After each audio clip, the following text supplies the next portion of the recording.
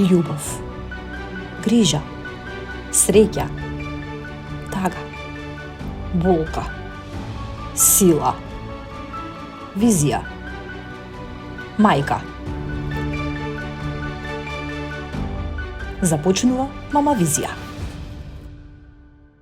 Таа бременост завршува со многу тажен крај во нашата ситуација.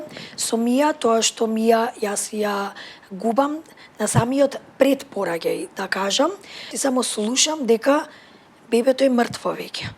Се уште не дојдоа солзи и плачење во тој момент, затоа што ти мислиш дека ова е сон и дека само ќе се разбудиш, да биде уште потешко. Беше самиот момент кога дознавме и кога бевме обавестени дека мораме да правиме погреб заради законите во Германија. Се што ќе погледнев, се ме потсеќаше на бебе, а бебето не беше дома. Најмногу некој што ми помогна, како што ви кажав пред да биде емисијата, тоа е ќерката Анастасија. Само ми кажа: мамо бе, доста е веќе. Знам, те разбирам, плачеш тешко и мене ми е тешко. Пробувавме више да не зборуваме на таа тема, пробувавме да продолжиме со животот. Јас одев најнормално во училиште. Како јас најмногу тоа јас што го правев е како да ја заборам комплет работата и што, како да кажам, и многу ми тоа на мене ми помогна. Значи, замислете како е фустанчето што си го купил, што си го испрал, испеглал, на крај ти тоа не знам.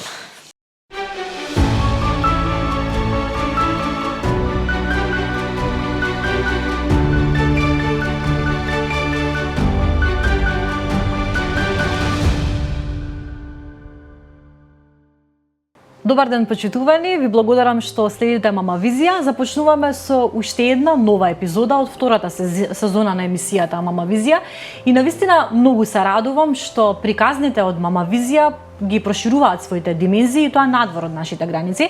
Денеска ќе имаме една навистина убава, интересна, тажна, помалку приказна, која што е инспиративна и која што влева надеж кај многу жени кои што се борат со мајчинството.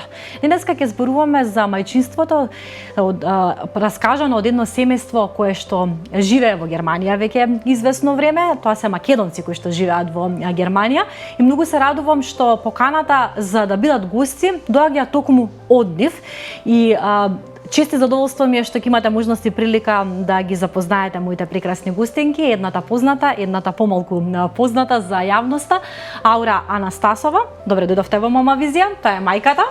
И секако прекрасната Анастасија Анастасова. Добре дојде во Мама Визија. Добар ден. Анастасија, верувам дека ја познавате од екраните, од видеата со Мит Анастасија, еден проект кој што е познат за пошироката јавност во Македонија. Мама Аура е мајка на Анастасија, како што веќе знаете, мајка на Стефан и мајка на Петар и нивната приказна ќе ја распостелиме од срце и од душа во продолжение на Мама Визија. Уште еднаш ви посакувам топло добре дојде и ви благодарам што се охрабривте да зборувате за нешто многу важно за мајчинството. Навистина ми е многу драго и чест што ја така прифативте мојата покана да можам да бидам дел од вашата емисија, бидејќи ние, иако живееме во Германија, како што кажавте, во Хамбург, сепак ве гледаме. Првата сезона ви изгледавме во целост, јас и Анастасија заедно. Има навистина многу приказни, така сме и ние едно семејство со една приказна која што помалку е тажна, но на крај сепак е навистина среќна, да, и чест и задоволство ние што можеме да бидеме тука и да раскажеме нашата приказна. Да, вие првпат ќе зборувате јавно, вашето семејство, вашите најблиски знаат се што сте поминале. Ќе започнеме од почеток со вас, Аура. Анастасија, овој пат мама го добила приматот, нема да се лутиш затоа што таа ќе биде главната звезда во овој случај. Ќе започнеме од моментот кога првпат останувате бремена, на која возраст, како дознавате дека ќе станете мајка? Па, интересно е тоа што јас за прв пат пред Анастасија, иако Анастасија е скоро 13 години, јас останувам трудна на мои 24 години. Ние сме заедно со сопругот повеќе од 19 години, значи сме биле веќе долг период заедно, да не кажам 5 години, но не сум размислувала за зборот мајчинство, мајка, сум сметала факултетот да дојде до крај и така испадна, имав некој, да не речам како гинеколошки проблем, кој што јас мислев дека е гинеколошки проблем, беше закажано за да одам на гинеколог. Тој ден мојот сопруг ме чекаше во центар, во едно кафуле. Јас и мојата мајка бевме, мамо, јас мислам дека нешто се случува, нешто не е во ред, како да има менструален циклус, нема менструален циклус, и бевме на гинеколог и јас дознавам дека сум трудна. Тоа беше огромно. А тогаш сте момче и девојка? Не се, така? Точно, значи не ни станувало збор за свадба, маж, жена, да, ти сакаш потајно да бидеш, но си чекал по редослед, како што кажа факултетот. И тогаш дознавам прв пат дека веќе сум бремена 8 или 9 недела, но дека бременоста не е уредна, не е во ред, дека нешто се случува, и затоа и тоа крварење било во процесот тие 2 до 3 недели, и ми беше кажано, ние од наша страна, нормално како и секој доктор, јас мислам дека не постои доктор лекар кој што веднаш ќе крене раци и ќе каже готово, ништо не оди, не бива. Ми беше кажано да почекаме недела до 2, повторно да дојдам на термин. Сопругот од другата страна ме чекаше надвор во кафуле, он не знае што се случува, требаше да трае можеби половина сат, тоа малку се пролонгираше заради ситуацијата дека веќе сум бремена, и доаѓаме во тоа кафуле и јас кажувам, јас сум бремена. И сопругот вака, тогаш момче. Така. Аха, па ако, со среќа, супер. Значи, тоа беше исто одлична реакција, нели, некој да му поддршка. соопштиш поддршка, но Многу значи таа првична реакција, точно. да, искрено, иако кај мене беше шокот затоа што нели не е во ред, ама знаеш, сепак не е во ред, да не брзаме, да видиме, нешто не е убаво, така да веднаш јас таа убава вест ја примив како не убава вест. И таа бременост, на жал, сепак мораше да заврши со чистење абортус, значи не од моја страна, тоа беше од страна, нели, да се, заради тоа што не беше во ред, немаше срцева реакција, лекарска, значи лекарска операција која што мораше да се исчисти плодот. Тоа го направивме тогаш во приватна болница Систина, кај еден одличен доктор. Морам и да го поздравам тој доктор од срце, доктор Дракулевски, кога бев на самиот преглед, само кажа: мајка, не си ни прва ни последна. Одлично е што си останала прв пат по природен начин бремена, втората бременост ќе си дојде. Немој воопшто да се секираш, дали сега или подоцна, нормално има процес на рехабилитација. Кога не смеете да останете Така, бремена, тоа така. си се внимаваше, јас и не ни планиравме веднаш да биде, затоа што веднаш дојде ситуација дома, нова настаната ситуација, свадба да се направи, веќе кога си прв пат бремена. Така. И така Добро, тогаш сте биле и млада, значи на Точно, некој начин и тоа е точно. олеснителна околност, сте го поминале на 24 години и тоа е некако, мислам дека полесно со оглед на тоа што надежта е поголема, нели, кога си помлад и велиш добро, животот е пред мене, имам можности, има начин, медицината е се понапредна и понапредна. Следно наред е Анастасија. Кога дознавате дека сте бремена од Анастасија, дали тоа беше планирана бременост, кога веќе сте во брак? Значи, веќе бевме со сопругот венчани и нормално дека беше очекувано веќе бебе.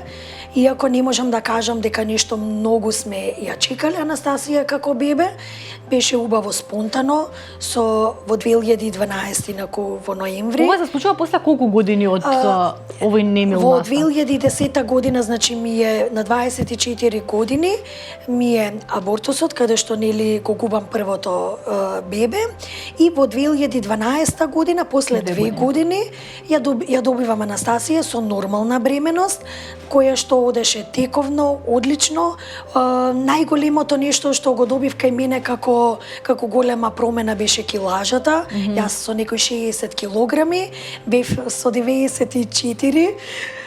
Се сеќавам на зборот кога ме примија на пораѓај, машала мајка, го добив зборот, со некои 34 кила бев повеќе. Ете што си направила на мама.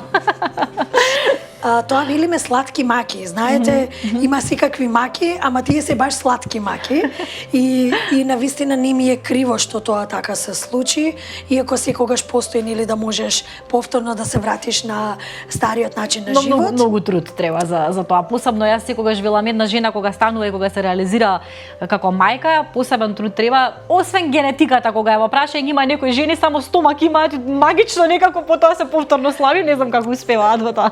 Па тоа е со голем труд и со голема дисциплина. Така. Инаку Анастасија во 2012 година, 26 ноември, ден понеделник, снежно утро, ја добивам, Анастасија беше бебе планирано со царски рез, затоа што беше карлично свртена, веќе во прегледите во повисоката бременост, беше карлично свртена и од докторот породена сум во државна болница Чаир. Да, значи овде во Македонија сте. Тука во Македонија, во Скопје, на моје огромно задоволство, директно од директорот бев примена, значи со прегледите доктор Јегеми, кој што можам да го поздравам, кој што многу одличен, искусен доктор, сега може би е во некоја друга клиника, тоа не е ни битно во моментов, битно е дека ми даде многу мотив, елан, беше со зборовите тоа што било, сега е друга бременост, не се секира мајка, ќе истераме до крај, навистина така беше. Кога ми беше кажано дека ќе биде царски рез, малку бев скептична, со многу прашања, но среќа ете што го имаме интернетот, можев малку Ви беше непознато тогаш во тоа време што е тоа царски рез, така? Да, искрено за мене лично беше непознато затоа што знаете дали си во Германија или во Македонија, царскиот рез трае малку повеќе прилагодувањето после пораѓајот. Они велат да, ќе биде без никакви болки за време на пораѓај со царскиот рез, но треба повеќе денови. И така и беше во мојата ситуација. Јас во ден понеделник, наутро во 7 часот, ја раѓам мојата Анастасија. Да, нашата голема сега Анастасија, која што во сабота ние се заминуваме дома. Тоа е значи сепак цели 5 дена каде што воопшто немав никаков контакт со фамилијата, освен на телефон, преку слика да можеш да покажеш. Така си беа условите, нели мораме да ги почитуваме тие правила како што беа тогаш.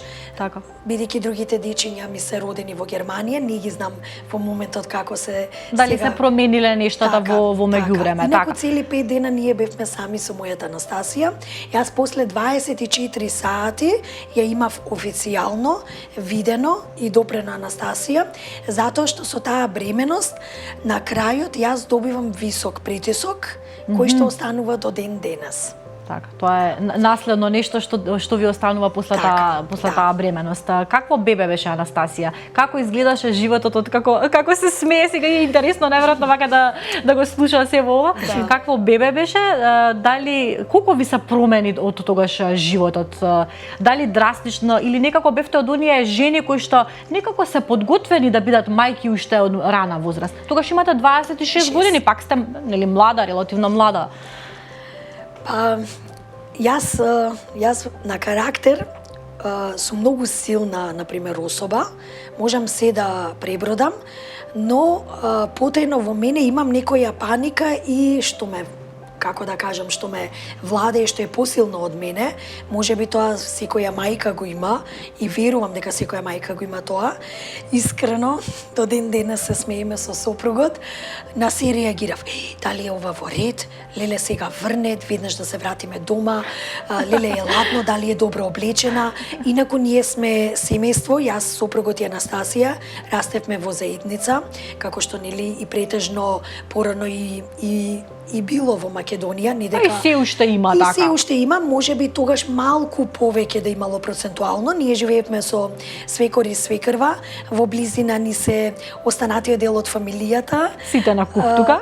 Значи, Јатрва ми Деврме, каде што Јатрва ми беше веќе мајка со многу поголемо искуство и многу посилна жена, можам да кажам, кој е еден пример за мене Јатрва ми.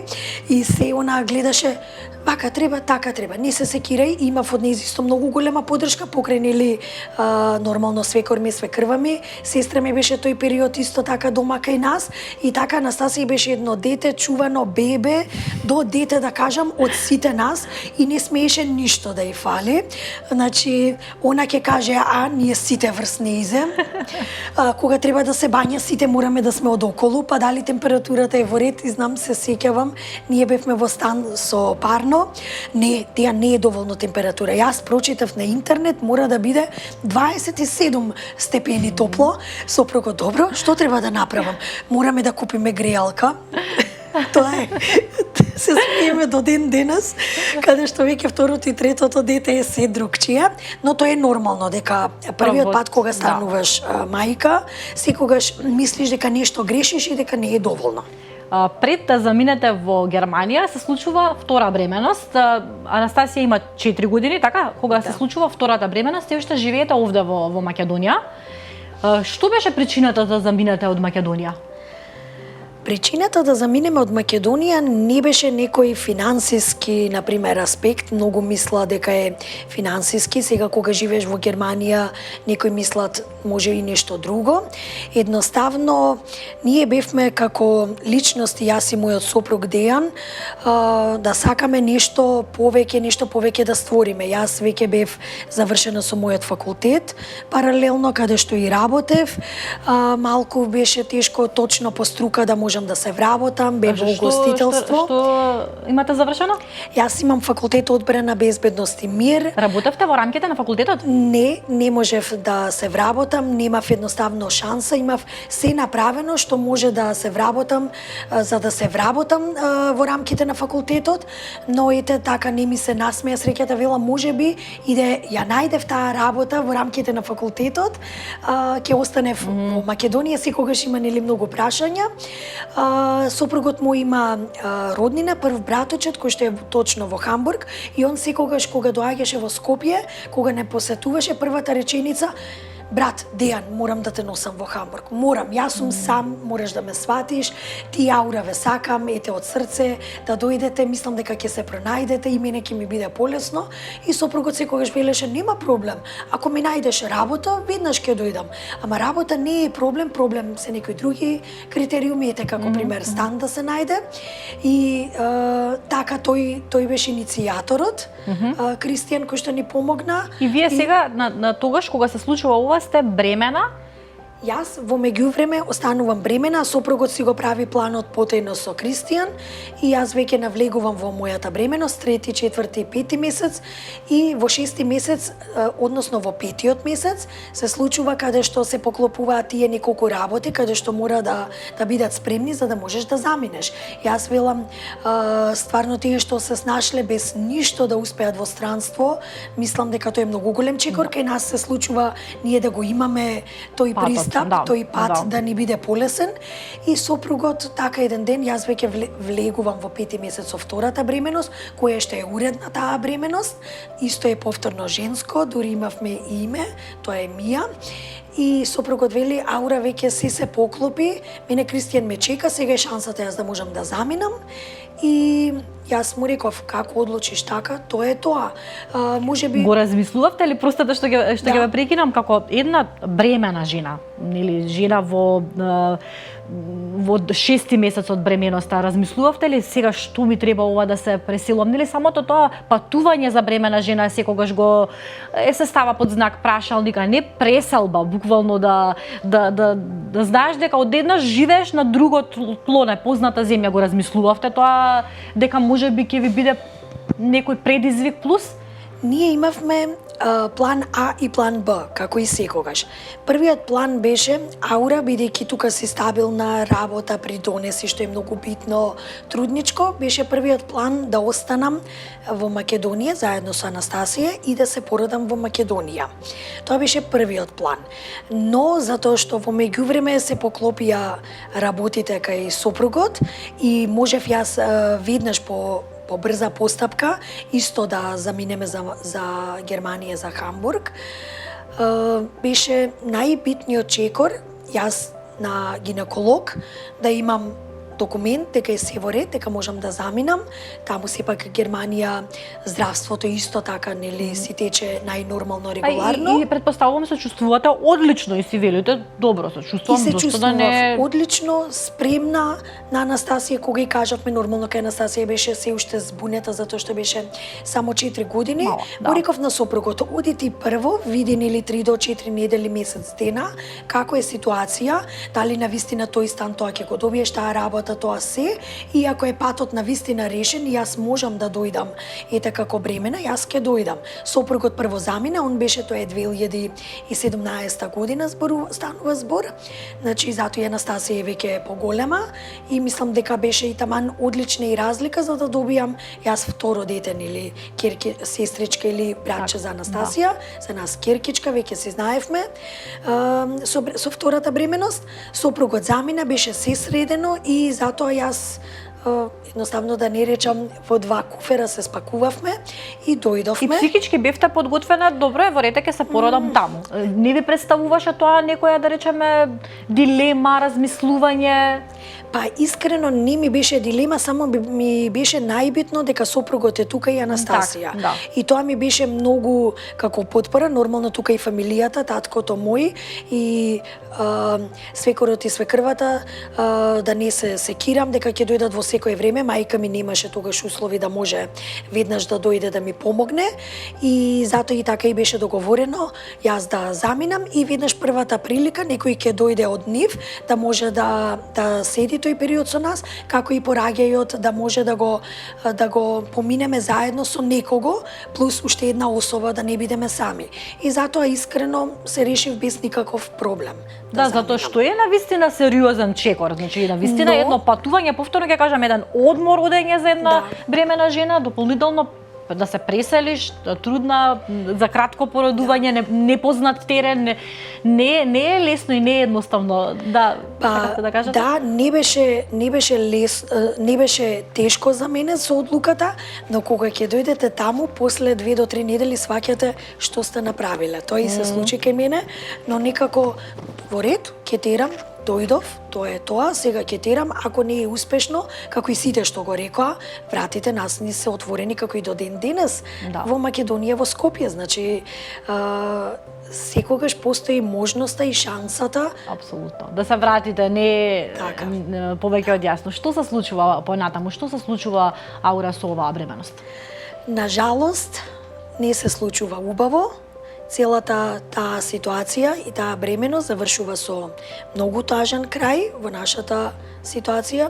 Со Мија, тоа што Мија јас ја губам на самиот предпораѓај, да кажам, со тоа што во Германија, во Хамбург, веднаш си најдов гинеколог.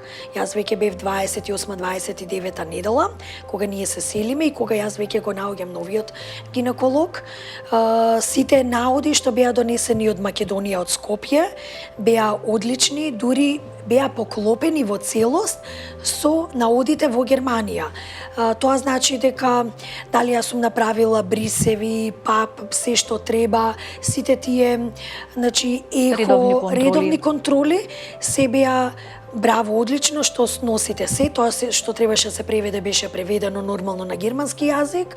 Тоа значи дека ништо не било испуштено во македонското здравство, тогаш ми беше гинекологот во поликлиника, не се сеќавам во автокоманда, Железара, поликлиника Железара, и значи гинекологот во Германија ме водеше редовно, тоа што треба. Малку ми беше невообичаено затоа што имам искуствите од Анастасија и од втората бременост дел во Македонија, тоа што ЦТГ веднаш ми се правеа контролите на самиот матичен гинеколог и тој беше уреден, но малку ми беше како константирано веќе на 30-та недела дека бебето помалку се развива за некои 50 до 100 грами ама во нормала. Но тоа е се во рамките на нормала. И веднаш бев прашана колку е родена првото бебе, како ми била првата бременост. Анастасија е родена со 3 кила 460 грама, нешто што цел живот ќе го паметам, дури за второто и третото сега можеби би се збунила. Тоа е тоа што е тој белек што останува за првата бременост. И Мија како бременост, како трета бременост, освен што беше констатирано дека помала во грамажа, се беше уредно. И јас веќе бев влезена во 40-та недела и 6 дена, тоа беше ден среда, кој што нормално ќе го паметам цел живот, 2017 година.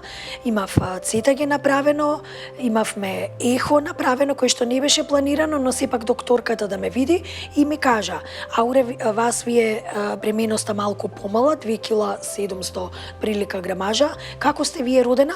Па да, и јас сум ситно бебе родена, иако сум крупна сега во моментот.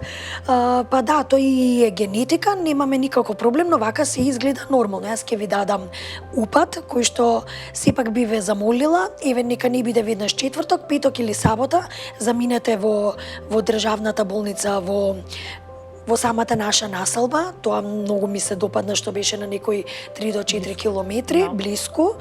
Значи, ќе отидете со тој упат и они веќе сте во 41 недела, знаат што да прават. Во сигурни раце сте, можеби ќе добиете провокации, можеби ќе ве задржат, ќе видиме дали ќе биде царски или по нормален пат, бидејќи сепак веќе имате царски рез со првата бременост. Нажалост, во четврток веќе са бајлечки, рано наутро во 4:30, 4:40, јас се будам со болки, искуство големо од Анастасија и му велам на сопругот, молим те стани, ранецот ни беше веќе спремен во автомобилот и му кажав ке мораме да одиме до болница, јас имам болки. Супер, одлично. Јас бев смирена, така спремна да не речам. Си станав, почнав да се спремам, веќе свекрвата наша беше дојдена од Скопје во Хамбург. И значи полека Аура, спреми се дали сакаш кафе, да може едно кафе да се напијам, пред да одам, или нормално да се средиш, да се истушираш што треба, се пред да И единствено нешто што чувствувате се болки. Само болки беа. Породилни болки. Да, така можеме да ги опишеме. Да, може, значи и навистина и беа породилни болки кои што јас сваќам во тие 10 минути како сум будна, дека тие веднаш се на некој интервал од 5 до 6 минути. Значи со Анастасија на пример си беа 20 минути, па на 15 контракции, баш, значи целосно, иако беше царски, само што беше веднаш да се породам, не тој што беше планот за Анастасија во ден четврток, затоа што ги имав болките и беше ден понеделник. И јас затоа бев се спремна. Си имам болки, ако нема тука термин, едноставно ќе ме примат, веднаш ќе си бидам породена и тоа е тоа. Значи ти си психички спремен за пораѓај. Се беше спремно дома, нормално за втора бременост. Ми беше малку полесно, имав се веќе од Анастасија. Зборувате сега за облека, реквизити бебешки, точно, се беше исперено, испеглано, стерилизирано, кревече, направено, наместено, чекаме денот, нели, да дојде пораѓајот. Да се чека бебе.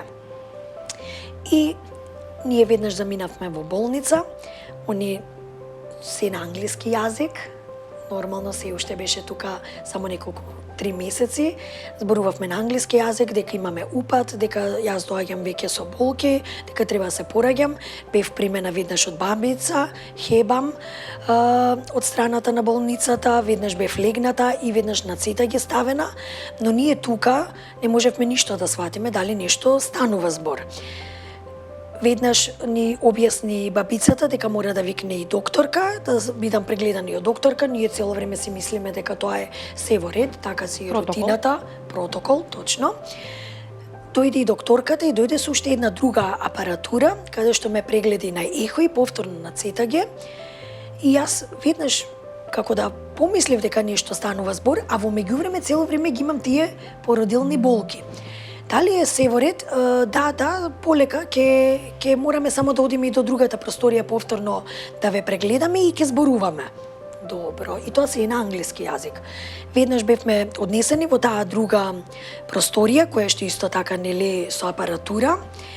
Бев легната повторно на ехо и тука веќе веднаш мораше бабицата и главната докторка да ни соопштат и само слушам дека бебето е мртво веќе. И јас како во шок, во неверување, како велам, бебето е мртво, бебето треба да го родам.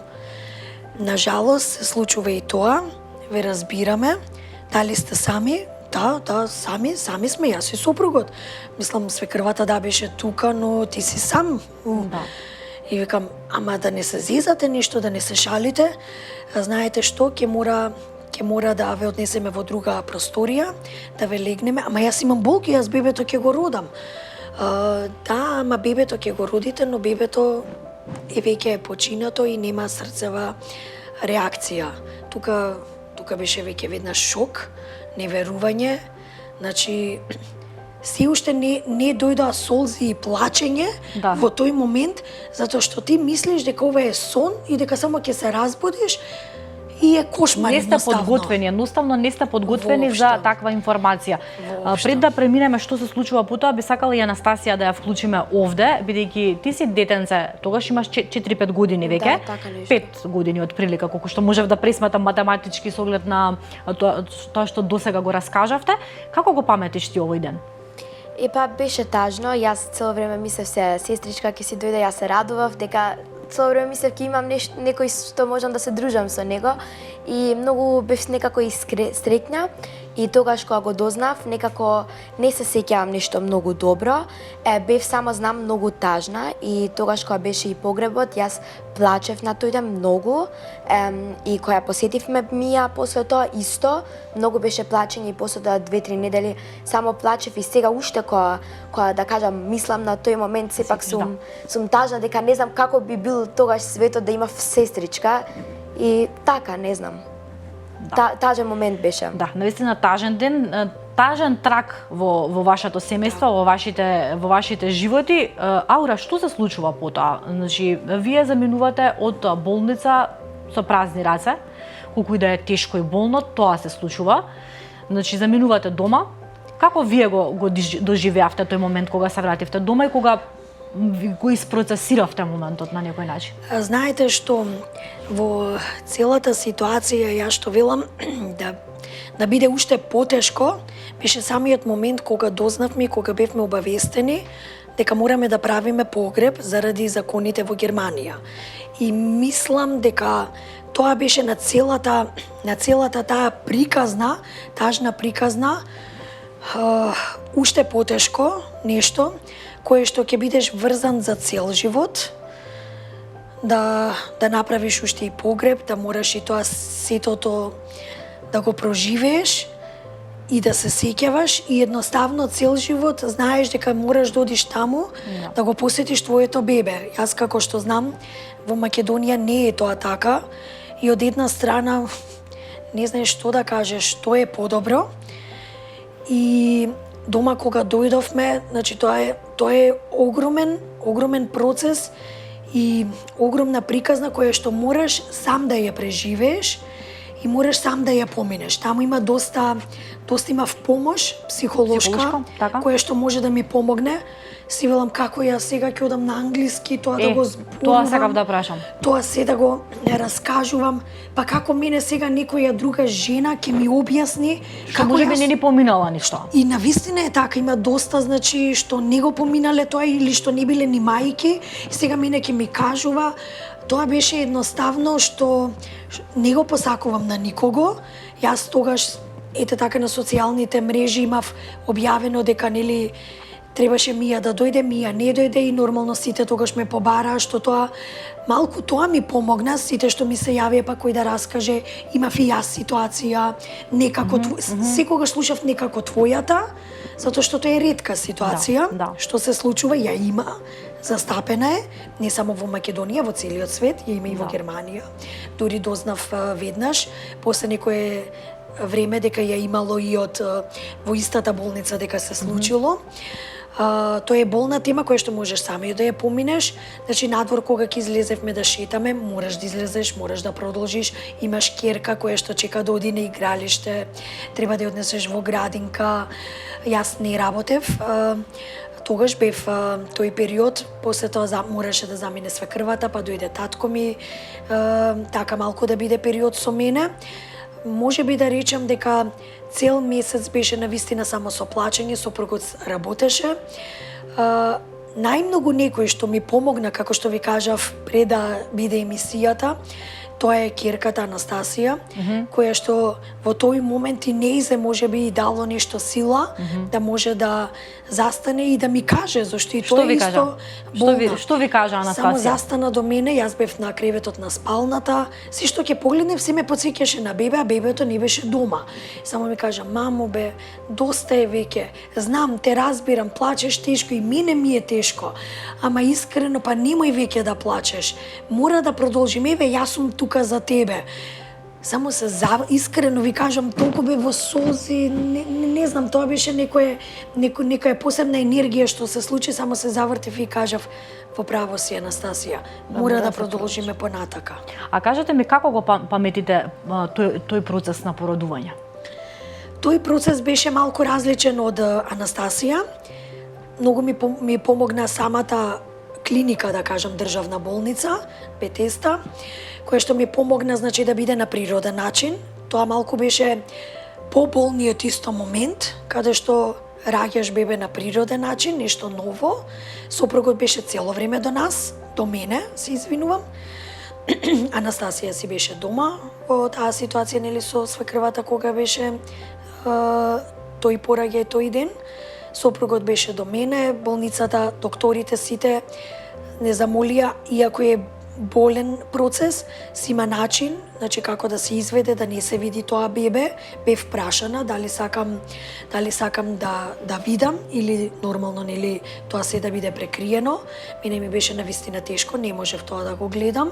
Ги замолив да не се види ништо и они така нормално дека мојата желба ја исполнија до крај. Сопругот беше позади мене, седеше.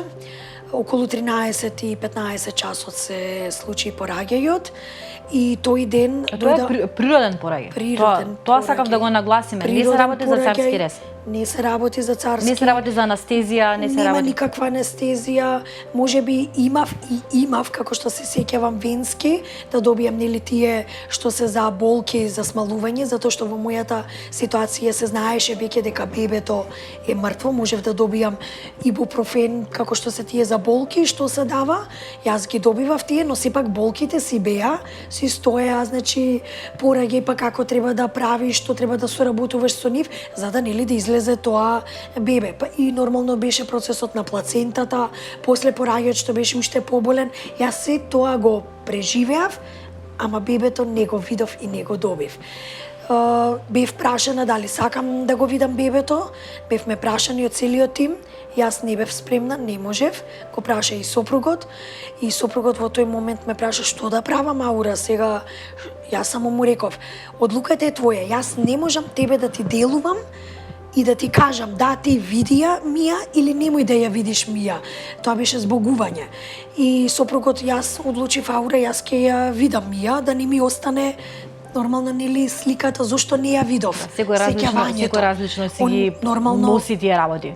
Токму така, он беше да се поздрави последен пат, да ја види Мија, да се збогува, значи каде што тоа секој сам си го сноси. Јас до крај, до отпуштањето од болница, дори да одам дома, не ја видов.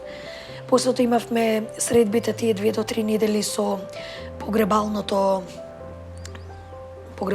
друштво, предпријатие, како да кажам. Исто бев прашана и ми беше кажано: Аура, јас те разбирам, тоа е тежок момент, но ќе мораш до денот на погребот да размислиш и да ни кажеш. Тоа е веќе последен момент, одлука, дали ќе се збогуваш и ќе ја видиш Мија. Јас ќе ја почитувам и респектирам твојата одлука, но ќе мораш. И во таа ситуација никој не делуваше, само ми беше што да правам, Господе, помогни ми, дали да ја видам, дали да се видам. Да не ми остане цел живот, нели, тоа како траума.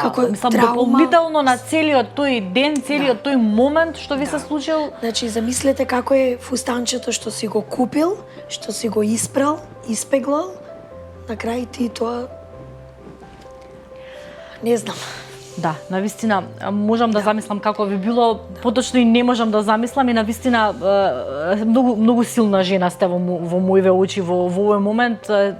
Секоја чест на храброста и што сакате ова да го споделите со жените, со луѓето, со оние кои што можеби се соочуваат со нешто вакво или со нешто тешко, на една утеха и секогаш велам приказните, личните прикази се најголемата утеха. Да. Велите дека многу ви било тешко пребродувањето, посебно психичкиот момент, физичкиот ајде ќе ги тргнете предметите, ќе се обидете да ги изолирате нештата, да не ги гледате количките и мајките со бебиња, тоа некако можеби и може да се направи, но психичкиот момент самите во себе многу тешко се пребродува, дополнително на тук јазик.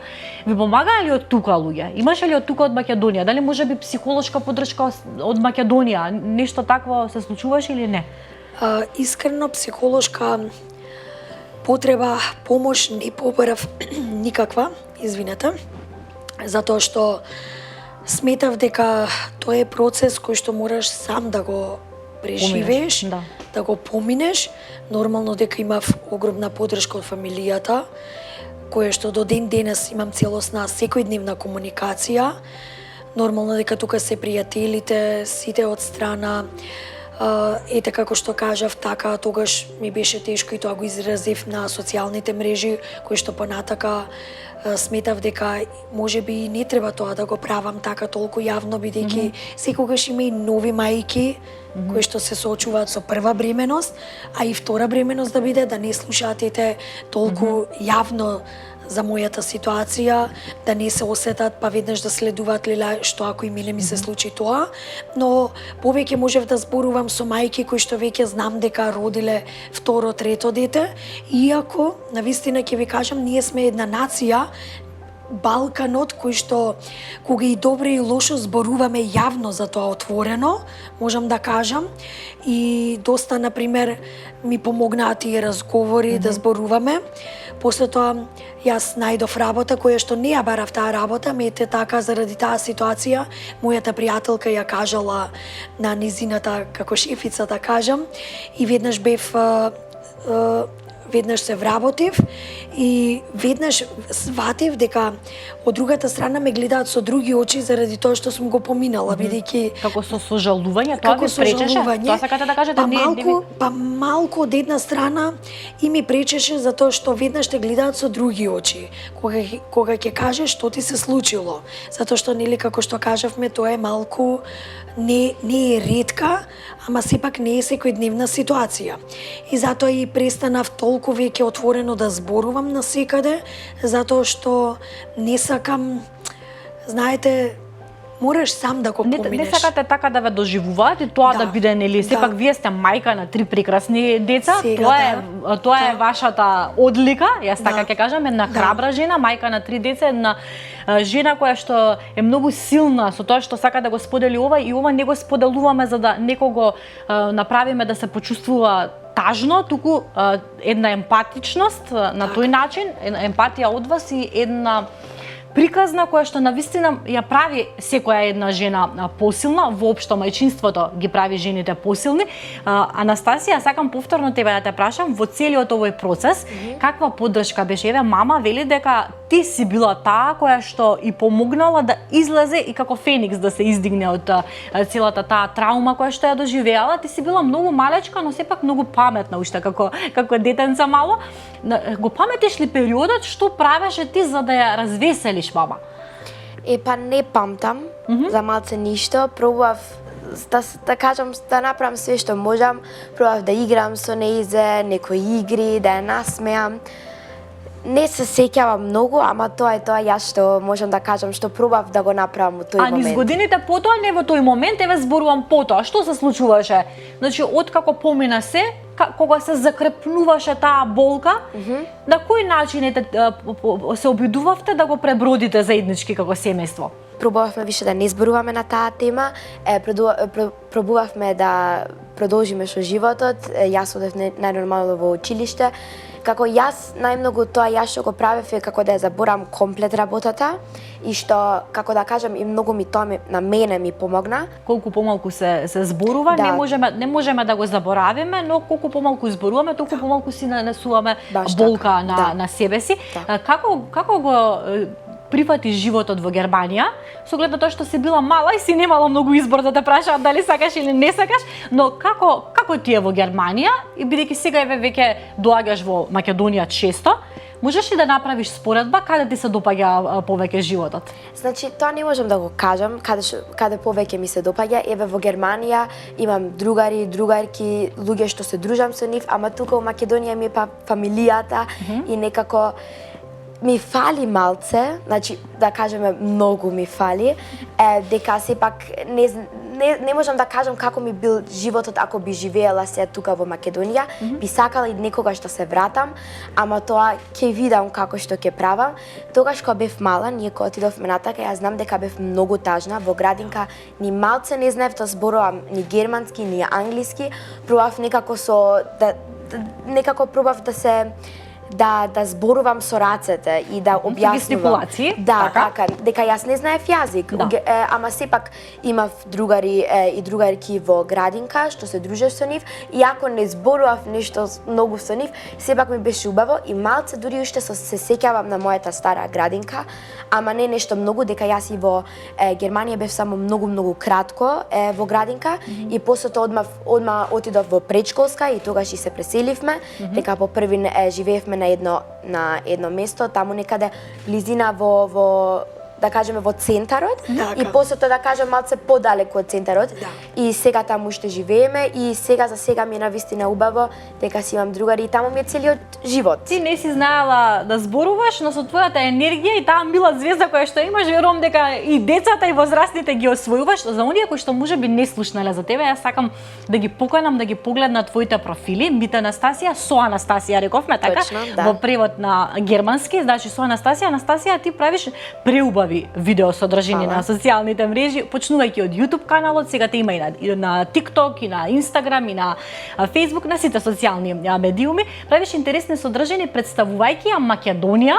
Точно. Но сакаш во Германија, на германската публика, да им покажеш колку убавини има во Македонија, така? Така е, точно. Како се развива тој проект Мите Анастасија? Значи вака, да почнеме од комплет од почетокот. Мислам дека секое дете, мало дете, сакаше да снима видео. Јас кога бев многу мала, дури сама како снима видео, ама не ги објавував. Тоа само како за мене покажав како си играм ова она. Многу ми беше интересно. И еден ден мама не беше дома.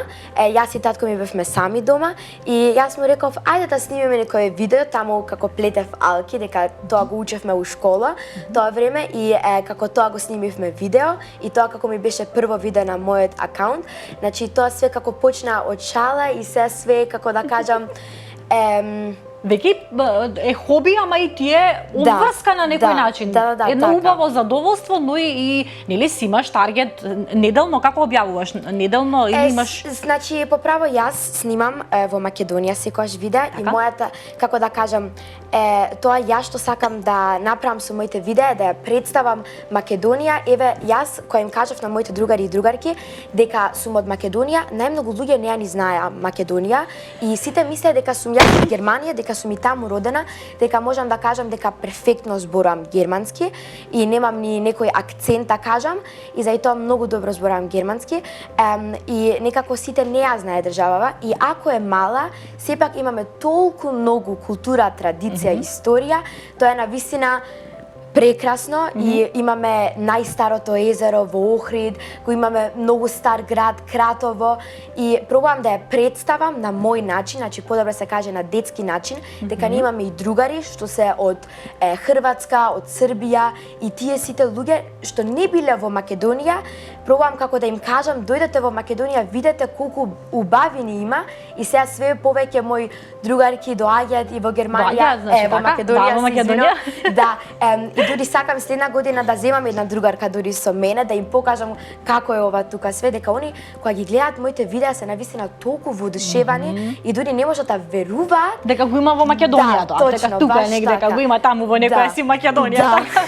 Значи ти си еден амбасадор, можеме така да те кажеме, еден амбасадор на нашата држава и покрај тоа што не живееш во Македонија и покрај тоа што кога си била 4 години си заминала, ти тука ти се врзани корените со такви емоции зборуваш и можам да го забележам и сега во моментот тоа со какви солзи во очите за Македонија, еден мајка Македонија не за џабе Баш се си ја така. викаме така. Има убавини во Македонија, што најмногу ти се допаѓа тебе во Македонија? Кое место?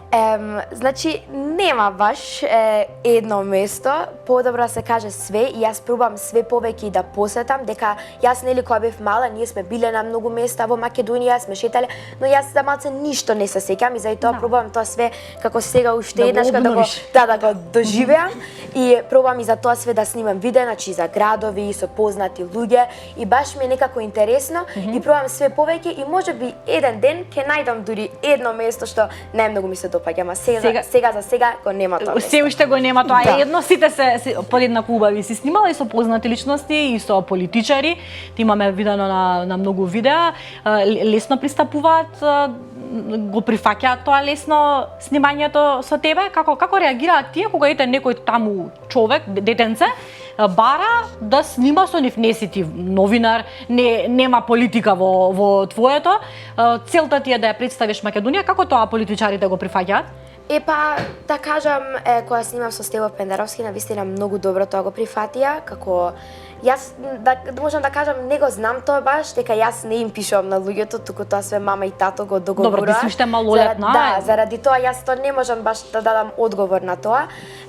Но јас мислам дека добро го прифатуваат и да, и знаат што ми е мојата цел и мислам дека таму многу добро можеме да се пронајдеме, да кажам, и можеме го сакаме истото, они сакаат да ја промовираат Македонија и јас да кажам го сакам истото и заради тоа Имате заедничка цел што би се баш, рекло, значи имате заедничка цел и зошто да не се направи на крајот на денот, правиш се со добра намера. Значи ли тоа дека сакаш да ми бидеш идна колешка во иднина? Имаш некаква визија за Епа, да кажам, немам баш визија. Сега за сега ова се го правам само како хоби. Еден ден можеби навистина ќе станам новинарка, можеби дури во Германија, дека нели можам добро да зборам германски, но сега за сега не знам точно што ми се плановите, дека јас поправо сакам да бидам учителка, но и тоа ќе видиме што ќе стане и така, значи сега за сега мислам дека немам баш одговор за тоа, не знам точно. А дали имаш одговор ако те прашам каква мајка е мајка ти Аура? Мајка ми е навистина една многу добра мајка, и татко ми исто, ме поддржаваат навистина во све што го правам и сега почнав дури фудбал да играм и во тоа исто ме поддржаваат, значи буквално во све и многу добри родители се и мама, значи мислам дека она дури све би направила за мене само за да јас да бидам среќна и мене тоа навистина многу ме прави среќна и еден ден и јас би сакала да бидам таква мајка како она. Што е? Многу убава реченица. По убав комплимент од ова, не знам дали може да има за една мајка. Имаш две братчиња, сега ќе преминеме и на следните две бременности кои што се случуваат после Мија. Две братчиња помалечки. Ајде да одиме следно после завршувањето на целата на тој цел трагичен настан, кога се случува следната бременност? Значи, со Петар. Петар е, да не ги погрешам имињата. Петар е второто детенце, да. Значи, во 2017 кажавме кога се случува тоа што се случува со Мија. Веќе скоро 2 години, тоа беше како табу тема за нас, нели, да дојде бебе, повторно, да се роди, да добие Анастасија браќа или сестричка, но како поминува времето, јас велам, па не само јас, значи јас мислам дека секоја мајка тоа го има во себе, да биде силна и да може да премине низ се и едноставно ние си го имаме тоа како инстинкт дека треба повторно, значи да си добие Анастасија некого и да си има. Значи, бараше Анастасија ти братче, сестрича, повторно се случуваше да речеш или ти тогаш од кога помина тоа све со Мија и кога да кажам малце е заборавено, Не е баш заборавено, ама во моја глава беше како малце заборавено више. Сакав јас сепак, дали е брат или сестричка, мене ми беше исто. И им викаше на мама сакам? Да. Го кажуваше тоа гласно? Да, сакав. Значи тоа е сепак надминување. Затоа велам, не сте се затвориле во себе си да ви биде страв да го изговорите тоа, сте го надминале со самиот момент што ете и ти си изговорила сакам братче, сестриче и вие сте биле подготвени. Да, зборувавме на таа тема, нормално дека тоа не е како продукт ќе го купам и го имам, доаѓањето на бебе, но беше малку процедура која што траеше, дури можам да кажам дека не можеше да се погоди веднаш, например, еве сега сакам бебе и тоа ќе дојде, многу нормално. Имавме посетено една клиника која што помага нормално нели за да станеш за продукција за дете. Кај нас беше веднаш кажано дека нема потреба да се оди по тие постапки кои што нели се за помагање како инвитро или останатите. Се правеа неколку испитувања, дури имаше едно испитување кај сопругот кој што кога бил на самиот термин да го направи тоа испитување му рекле: "Ама ти не треба да го правиш ти тоа, ти веќе си бил татко, ете еднаш два пати, јас морам да го направам ова и ве молам направете го, не смеам да се вратам дома без резултати." И правевме тоа се што треба, значи бевме послушни за да нели повторно да се дојде, иако кај нас не беше многу да треба да се помогне. И со самото тоа веќе го почнавме, можам да кажам, во 2019 година, месец мај или јуни. Заминавме за Македонија, како и секоја година во летниот распуст, кога го има Анастасија. Имавме посетено дури еден манастир, знаете како сите ние што сме верници, се велиш ке одам да посетам, ете сме слушнале по интернет. Во Македонија манастир? Во Македонија манастир, во Битола, еден манастир, тоа може да се погледне преку Анастасија, да не го сега официализираме тука.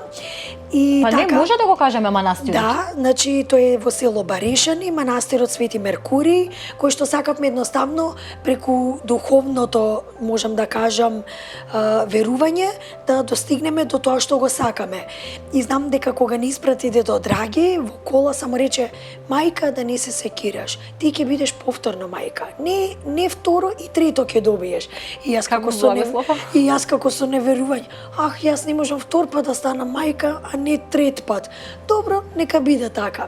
И можам да кажам, ја имав таа среќа на 27 ноември, еден ден после роденденот на Анастасија, со самото тоа доцнење на циклус. Знаете, секогаш кога имаш редовен месечен циклус, си реков: "Ај ќе направам чисто да видам е така еден тест."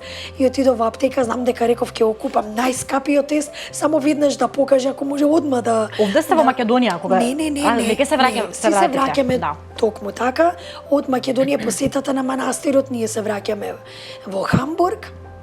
Доаѓа ноември, 26 ноември роденденот на Анастасија. Поминува и на 27 ноември, јас го правам тој тест, го купувам од аптека и знам дека е шванга, ник шванга, трудна, не трудна, и само читам шванга, нема шанси, не ми се верува. Добро, нека биде така. И знам само дека излегов од тоалетот и само кажав: "Јас правев тест. Јас сум шванга." И викам: "Јас сум трудна. Ајде, честитки, со среќа." Значи, навистина... Како се вели на германски јас сум трудна? Ich bin schwanger. Ich bin schwanger. Добра. Ich bin schwanger. И значи тоа беше, мислам дека како празник во мојата душа и мислам дека не само за мене, во нашата фамилија.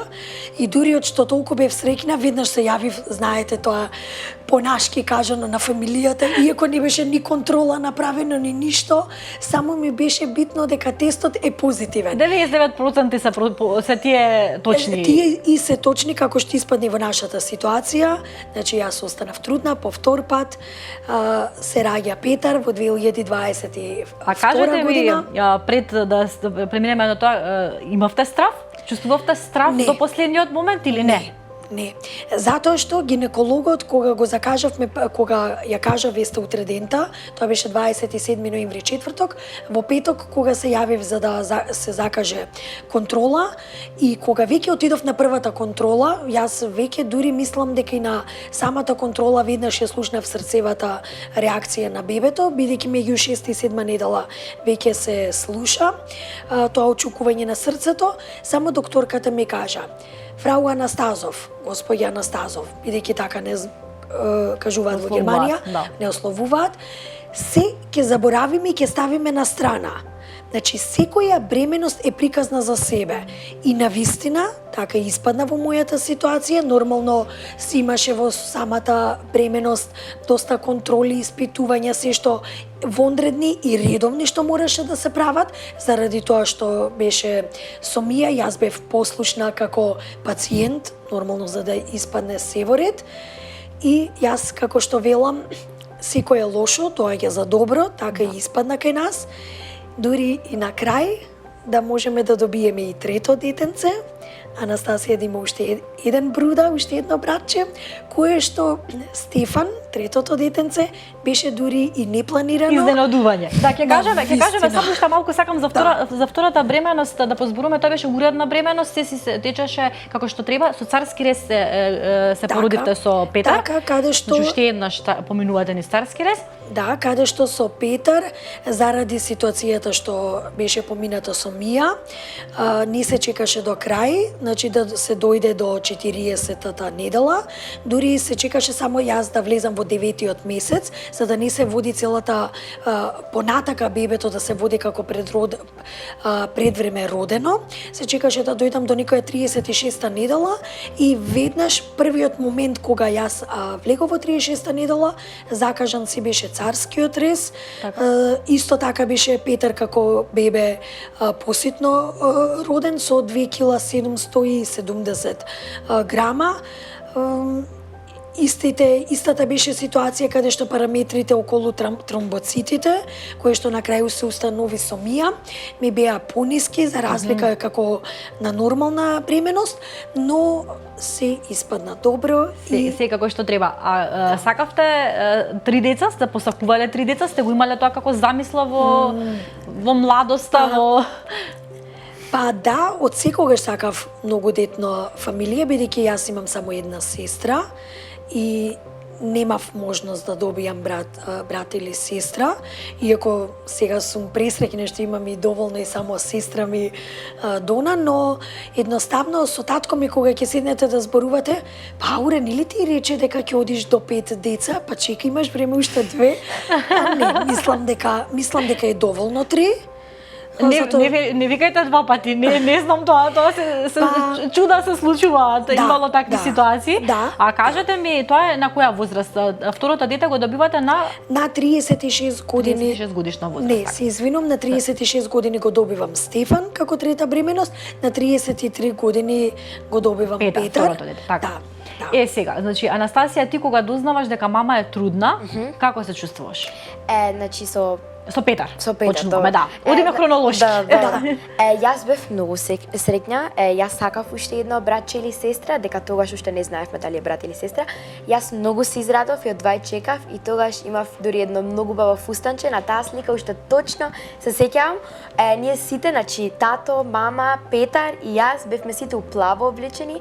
Имаме една многу бава слика и ни стои кај нас у станот у Хамбург.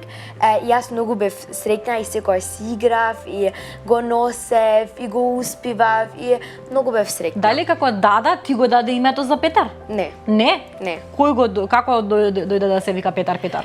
Па затоа што Анастасија беше име кое што јас лично го одлучив и го прифати сопругот и останатата фамилија. По презимето сакавме да биде Анастасија Анастасова. За второто име, да не речам дека не дека немав право на збор, но сопругот имаше тука повеќе удел, него му беше желба. нашата желба и замисла беше да биде некое име, затоа што веќе Петар е дете и Стефан понатака, е дете Петар родено во Германија, да биде име сепак да Интернационално, да. па да биде име што се користи во двете држави. И така и се случи, така и испадна. Па и Анастасија е интернационално. Да, е интернационално, немавме никаков проблем, но Петар е исто воедно како во топ имиња и во Германија. Инаку тоа е име кое што е по нашиот свекор, Петре, и Петар да се исполни така една желба на таткото на мојот сопруг, мислам дека ми беше убава како идеја, не се, значи немав некое така. да се противам. Ајде сега моментот, велите дека Стефан е едно големо изненадување за семејството. Зошто? Стефан е едно големо изненадување затоа што покрај Петар бременоста, знаете дека од кога ќе се породите, после 6 недели правите пап тест, кој што мора да се оди како на рутинска контрола. Таа контрола беше се уредна и одлична. И ми беше кажано дека после година дена се гледаме повторно на контрола, односно веќе кога Петар би имал година дена. Да се оди повторно и да се направи пап, затоа што тој пап е навистина многу голем показател доколку нешто има некоја промена во матката. И искрено да ви кажам, јас не бев точно на година дена, затоа што во јануари веќе 2022 година во јануари месец добивам писмо како е некој известување дека треба да се направи таа контрола. Тоа значи дека веќе Петар бидејќи државата ве повикува, здравството, односно Кранкенкасето, здравственото осигурување не повикува. Али тоа е нормално пропишано со параметрите од државата. Да се направи пап тест. И јас јануари месец имам известување, морам да се направам термин, тоа го направи веднаш, го добив како после месец дена и таму исто така се чека за да добиеш термин, тоа не оди, значи од денес за утре, без разлика што здравството и кога ќе кажеш Германија веднаш совршено, но си има некој пропис така, што мора да регулат така, што мора па не се некои недостатоци, но си има пропис кој што многу да кажете си одредени процедури за да добиеш термин, така, не може значи да биде од денес за утре, иако тебе тоа ти следува. Јас го чекав тој термин, бев на терминот и многу интересна работа, докторката ми кажа аура си е уредно, си е во ред, но сепак мораме да го чекаме резултатот, дури да ви кажам дека резултатите исто ги чекате како и во Македонија до 6 недели. Од 4 до 6 недели се чека резултат, но како неверување ми кажа ептен доколку има нешто, ние контактираме побрзо, недела за 2. И како но не се секирајте, уживајте, вие терајте си тоа што си имате, сигурно нема да има нешто, ќе биде се во ред. И дали ви се верува дека навистина после недела дена, после 7 до 8 дена јас добив повик дека резултатите не се добри и дека веќе се во фаза на ЦИН-3, тоа е веќе значи до рак на грло на матката, кое што беше па јас аура стварно не разбирам да тоа често се случува да биде се во ред после година дена, година и нешто да е толку голема промена, кое што порано и не ни одела таа голема промена. Во минатото за да дојде до ЦИН-3 ти треба да не одиш пример на таа контрола долго време за да дојде до тој стадиум. Но знаете со текот на времето ние ќе речеме медицината е напредна, но како е медицината напредна, многу се и други работи понапредни. И за жал и болестите се како и болестите агресивни, што агресивни и навистина многу брзо зимаат замав. Дури ти да се свестиш и како стварно јас го примив малку во неверување, леле сега што сега ќе правам, па како ќе мора да направиме уште една контрола, тоа е конизација, што треба да се прави. Малку е како болен процес беше кај мене, не е тоа процес, тоа е контрола, која што се прави нели од страна на гинеколог и уште од една сестра, која што беше на таа контрола. И да ви кажам искрено, беше веднаш кажано и утврдено преку тоа каде се наоѓа точно тоа болно место и дека треба да се направи операција. Тоа беше веќе тој следен термин, значи во февруар добивам веќе ми е мојот регуларен термин, во март веќе е соочувањето на втората контрола и постапката која што треба да се прави операција, која што е рутинска операција во еден ден која што трае. Тоа значи дека дента одите на таа ласерска операција, дента ве пуштаат дома. Истиот ден, да, лекарите обично така кога ве пуштаат истиот ден дома го сметаат тоа за нешто што не е толку многу страшно. Кое што ми беше кажано дека не сум ни прва ни последна, дека дефинитивно се почесто, но затоа се битни тие контроли што мора да се прават за да се открие се на време. Благодарам што го нагласив тоа, затоа што е навистина многу важно секоја жена да го прави. Значи, јас не сум бил 2 години пример на контрола. А зошто да не одиш? Значи, тоа е нешто што јас претпоставувам и тука Република Македонија истото ја дава таа можност да се прави таа контрола. Бесплатно. Да. Бесплатно, еве вие ме потенциравте, значи да се закаже тој термин, каде што, например, кај мене, навистина многу помогна. И јас мислев, дури воопшто не се ни зборуваше темата трето дете, бевме окупирани, значи навистина веќе кога ти ќе се соочиш со нешто. Да, сега вие се подготвувате за на операција. Точно, беше повторно повикана мојата свекрва да дојде да помогне за таа операција, за да може нели да се направи. Тука беше нема проблем кога ќе се закаже операцијата и јас го има веќе терминот добиено, исто повторно го чекав. Иако јас бев со диагноза, или се да знаеш, резултати, повторно чекате термин. Чекате термин за да дојдете на ред. Иако тоа беше скроз друга клиника која што ја прави таа интервенција.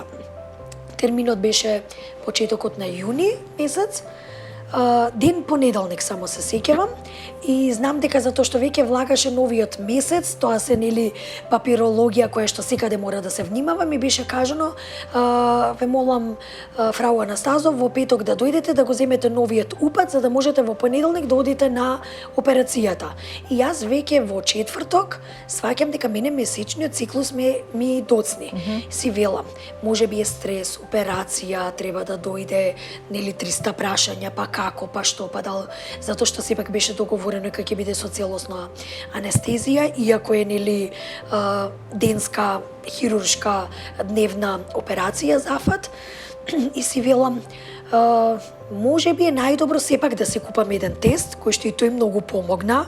Знаете, некогаш си велите, ако имате некој сомнеш, направете го и гласот што го слушате во себе. Дури со неверување искрено можам да кажам дека отидов до аптека, повторно го купив истиот тест, што го купив и за Петар, само да прочитам шванга, ник шванга, и навистина прочитав. И сега во овој момент сакате да прочитате ник шванга. Така се чувствувате или потајно? Па можам да ви кажам дека искрено не очекував дека ќе прочитам и не сакав да прочитам дека сум трудна затоа што знаев дека тоа е приоритет, таа операција. Но мене, јас што велам вака кога зборувам приватно надвор нели сега од телевизијата, мене не ми беше кажано во целиот процес и ситуација, Аура, не смееш да останеш трудна. Знаете, некогаш кога ќе ви се каже внимавате. Повеќе мислам внимавате. Нормално. Значи, вака не ви било нагласено. Не ми беше нагласено воопшто, значи од страна на докторката, можеби самата докторка сметала доколку сега има операција дека треба да се внимава, но јас велам како е Господ, никој друг не е, ме разбирате сега што сакам да кажам. И прочитав значи за тестот дека сум трудна, веднаш заминавме затоа што тој ден како ден четврток ми работеше гинекологот и втора смена, со сопругот веднаш отидовме до гинекологот, најбитно беше да се пролонгира операцијата, затоа што таа операција, тој зафат е подобро да не се прави веќе кога нели сте бремена, но може да се прави операцијата доколку нели прогресира и тој цин таа болест. Веќе следуваше значи бременост каде што беше со многу контроли, каде што морав да одам редовно и во болницата на контроли, до каде е значи степенот. Да. Точно значи на болеста, дали прогресира. Ја имав таа среќа да не прогресира, значи да оди нормално, да не се шири. Ми беше кажано доколку случајно се прошири, ќе мораме тогаш веднаш да правиме, тоа немојте да се секирате. Не штеди на плодот. Така, Добро. значи воопшто да немаме сомнеж, да немаме ништо. Кога ќе се изврши породувањето, имаме многу мала можност на стапка на процент, малку да се повлече, да не треба да се прави. Значи сепак таа лазерска операција, кај мене тоа и се случи, чекавме да се породам, се породив повторно, значи со царски рез, со Стефан, повторно беше веднаш во 36-та недела да се изврши значи таа операција со Стефан, излезе Стефан, значи се беше во ред, се беше одлично, повторно со мала килажа како и Петар, 2,7 кг. Бевме на таа контрола после 6 недели да се направи во болницата, испадна дека ситуацијата е целосно иста како од претходно. Почекавме колку период треба да се почека за да се направи хируршки таа операција, навистина беше како што кажа, значи во еден ден да се направи, што треба да се внимава после таа операција, 2 недели. Што значи, Аура, вие во рокот 15 на години сте поминале ни сито и решето народски, ќе се изразам буквално, можеме така да заклучиме, но затоа сега имате повторно ќе нагласам 3 златни дечиња. Каков е Стефан, мирно дете? Сега тој има 2,5 години и дали е мирен или е палаво дете? Па, можам да кажам, имале право старите што велат дека колку повеќе детно семејство, така децата сами на себе си се чуваат, така испадне кај нас со Стефан. Стефан инаку ни е најмирното детенце и најмалку што имаме време за него. Јас велам, па на целата среќа он е дете што доста собира и учи како многу добар пример од Анастасија, исто така и од Петар, и се снаоѓа сам и навистина тоа си доаѓа самото по себе, како да кажам, интересна работа. Петар можеби е најчуваниот, дури повеќе од Анастасија, затоа што беше малку повеќе чекано дете, ама Стефан мислам дека испадна навистина како голем подарок, шлак на тортата во целата ситуација. Ке се навратиме повторно малку за Мија. Сакав да прашам, дали некогаш се заинтересиравте, дали прашавте, дали направивте некакви, можеби, дополнителни испитувања зошто се случило тоа? Дали побаравте одговори од лекарите? Дали побаравте некаков начин да се даде одговор зошто ви се случило тоа? Има ли објаснување? Со Мија, кога се случи тоа, имавме веднаш две опции на располагање, што ни беа кажани од стручниот тим на целата болница. Тоа е едната варијанта, едната опција, која што плацентата, кога се извадила, се праќа во Берлин, затоа што ние живееме во Хамбург, и од 4 до 6 недели се чека испитувањето, целиот процес, за да се добие одговор, кој што одговорот и беше кажано во 99 се извинувам, во 99% нема одговор. Значи не може да се каже зошто тоа се случило. Нема објаснување. Нема објаснување. Втората варијанта, која што ни беше понудена, беше варијанта која што чини 10.000 евра, која што можеби некогаш и финансиите и не се проблем за таква ситуација, но знаете германците секогаш гледаат малку по-рационално и по-разумно и по-малку на друг начин и поекономично. Веднаш не седе и ни кажа: знаете што, вие можете да платите 10.000 евра и да се направи таа аутопсија на бебето, тогаш веќе бебето треба да оди на аутопсија и да се добие одговор, но сме имале случаеви каде што и платили и повторно нема одговор. Значи, некогаш едноставно тоа се случило. И ние размисливме и зборувавме тогаш тој ден со повеќе лекари, кои што стварно искочија премногу за нас фер и ни помогна за таа ситуација, че не само во процесот да се одлучи за одговор да се добие за бебето, за целиот процес, и се решивме за првата варијанта, да оди плацентата во Берлин, и навистина не добивме одговор. Јас се јавував неколку пати, да не речам дека бев дури како досадна, искрено, и имав и контакти со гинеколошката ординација, не добивме одговор. Анастасија, како е да се биде сестра на два мали братчиња? Значи, дали помагаш околу тоа? Каква е таа улога во животот? Како се доживуваш себе си?